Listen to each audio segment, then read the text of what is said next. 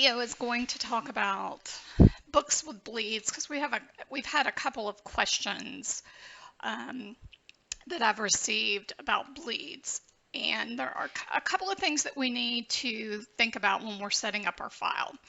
First off, you need to set the file size up to have a bleed. So to do that, what we're going to do is going to go to File, Document Setup, which is Control-Alt-P. All right, you set your page, your book trim size. For this book, it's 6x9. And then down here under bleed and slug, you'll probably see it just like this, so you need to expand it. You need to set your bleed to be 0.125, which is 1/8 of an inch, all the way around the outside edges. So your inside edge is going to be 0. All right, so this is where you set the bleed. Now, what that does is it adds this red line. I'm going to kind of zoom in so we can see it better. It adds this red line. So all your bleed artwork, all the artwork that needs to be trimmed down, needs to come all the way out beyond this line. Otherwise, you're going to get printing errors. All right, so that's one thing. So in setting this up, I see this is on my master page. This one right here may cause a little issues because it's not all the way up to that red line.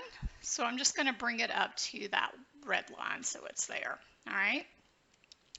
So that's how you extend your artwork with a bleed. Now that you've got your book ready and you're ready to generate the PDF, you need to generate your PDF with the bleed. Okay, it does not default to include the bleed. So when you're going to create your PDF, you go to File, Adobe PDF Presets, and PDFX1A 2001.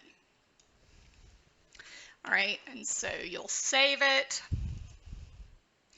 Now, the only thing you need to do on this screen is click on Marks and Bleeds and then use Document Bleed Settings, and it'll bring that bleed that you have in your document all the way around.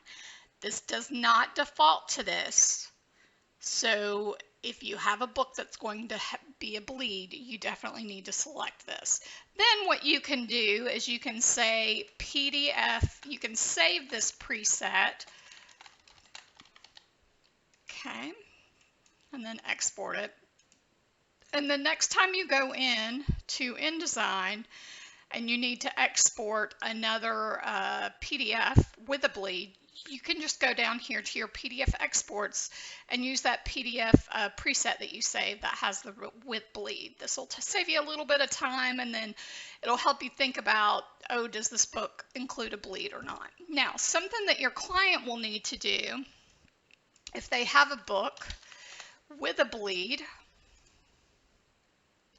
is in KDP. Let me find one that's a paperback. Edit paperback content. When they're setting it up in KDP, they need to make sure it is with bleed. Now, the good thing is that KDP now, back when it was CreateSpace, they had a really kind of weird question when it came to bleed, and it never made sense. So everybody was always confused. But luckily in KDP now, the bleed settings are either no bleed or bleed. So if your client has a book that has a bleed, you need to make sure to let them know that they need to check this instead of no bleed. All right, I hope that helps everyone.